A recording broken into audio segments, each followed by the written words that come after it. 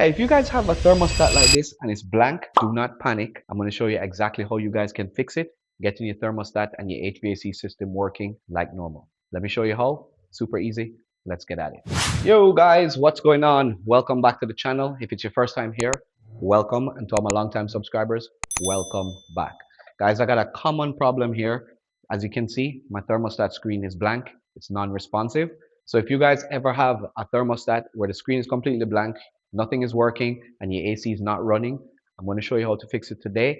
And I'm going to go through all the possible scenarios so you guys can troubleshoot it from here on out. You're going to want to save this video because if this ever happens to you again in the future, you'll know where to look and you'll know exactly how to fix it. As usual, anything that I use in this video, I'll leave them down below in the description and in the timestamps. You can follow along if one of these situations apply to you so you guys know how to tackle it. Now, fortunately for you guys, this is a common situation. If you have a thermostat and it is powered by your AC unit and there's trouble with your AC unit, it's going to go blank. The reason why your thermostat is blank is usually one of two reasons. One, the condensate drain line is blocked, and two, your air handler has lost power. I'm going to go over all the steps and I'm going to go through from easy to more complicated to show you guys how to fix it. So let's get at it and I'll get this thing up and running. All right, so the first thing you want to do is let's tackle the lowest hanging fruit. If you go to your air handler and you find your condensate drain, you want to look above it to see if you have something like this. This is called a float switch.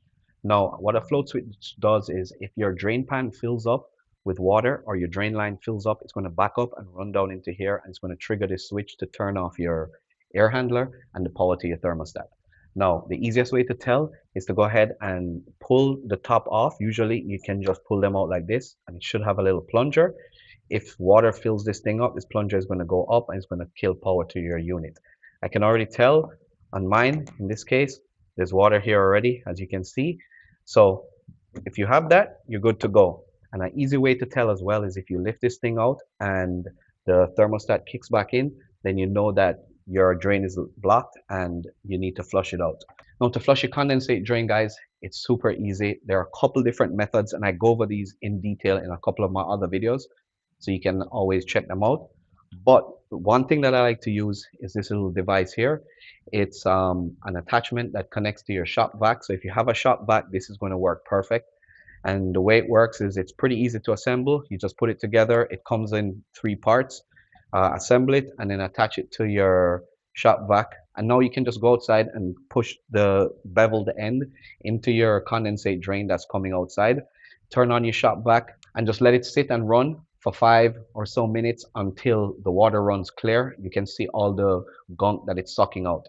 And once it's done sucking out, you're pretty much good to go. Another device that I use is this little tool here. If you don't have a shop vac, you can pick up one of these cheap attachments that attach to your garden hose, and you can actually connect it to your condensate drain that's close to your air handler and blow water from this side all the way to the outside.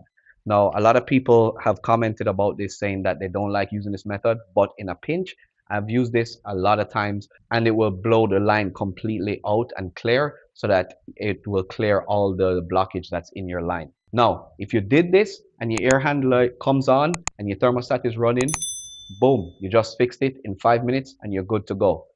But what if it doesn't? All right, so what if you did that with your condensate drain and you flushed it out, or there was no water in there and your unit is still off? Now, here's another tip that a lot of people don't know. You see this little thing right here? This is your return filter. Now, yours may look different than this one. You may just have a standard air handler in a closet that has the return below. And let's take a look at what's actually inside here. What is inside may surprise you. Once we're down here, you're going to notice inside your air handler or underneath your air handler, you may have another switch leading to a drain pan that's in here. Now, a lot of times what will happen is your AC unit will ice up and water will just overflow, passing the condensate drain and going into the pan and going and leaking below your unit and wetting up your entire floor. Now, in this case, I've installed a drain pan below my unit. So if water ever escapes the condensate drain and falls in there, there's a secondary switch that is inside the pan below here. So if this fills up with water, it's going to trip the unit off and it's going to cause the thermostat to turn off. So what I want you to do is check to see if you have an auxiliary drain pan below your unit. And if you do, inspect and look to see if there's another switch with a wire like this leading back to your air handler. So what you want to do next is inspect your drain pan, and if it's filled with water, you want to go ahead and vacuum it out with a shop vac and get it all nice and clear. And then once it's nice and clear, the switch should be in the down position and your thermostat should kick on. If it's on, then you've solved the problem, and you want to make sure that you check your drain pan to make sure that it's clean and clear, and then you should be good to go. If it didn't work, you want to move on to the next step, and let's go talk about what's next. Also, remember, now is a good time for you to replace your filters if they look dirty. Go ahead and change them now. It's a good time anyway. You should be doing this every month, every couple months, depending on the air quality in your house. All right. All right. Now we've cleared the condensate drain. We've checked the auxiliary drain pan. Now, the next thing we want to check is the power to the air handler. Like I said in the beginning, the thermostat, if it's wired correctly, is usually wired to the air handler. So it's getting its power from the air handler. So what you want to do next is you want to check the power at the air handler. So if you notice up here, we have a disconnect on this model. Some of you may have a breaker style switch. You want to check that to see if it's tripped, or you want to go to your panel in your electrical box and check to see if the breaker is tripped for your air handler. And if the breaker is tripped, go ahead and turn it back on. Sometimes they're in a halfway position, so you need to turn it off and then back on for it to trigger it. And then go ahead and check your thermostat to see if it fired up. If it fired up, then something happened. Maybe you had a lightning strike or a power surge or something that tripped your air handler, but not too bad. That's a pretty easy fix. You should be able to get that up and running in really 30 seconds. Now, if the breaker trips again, you may want to call a professional, because it means that there's probably something else that's going on inside your air handler that's causing a short, and you may not want to go ahead and tackle that. But if it stays on, then you're good to go. Check your thermostat, and if it fires up, then congratulations, you just troubleshooted it yourself. Now, if that didn't work, there's still one more thing that we can check inside your air handler. But this is going to require you to do a little bit of disassembly, or I shouldn't say disassembly. You're going to want to take off the access panel to access the power in the front of your air handler. And what we want to do first is we want to turn off the power to the air handler, whether it's at the unit itself or from the breaker panel. Turn it off, and then what we want to do is remove the screws for the access panel to the front of our air handler. Once we have these screws removed, it's going to show us all the wiring that's connected to our thermostat and to our air handler. And what you want to be looking for is you want to look for a fuse that's inside your air handler, and this fuse sometimes can get tripped with a power surge or something that's creating a short in the system.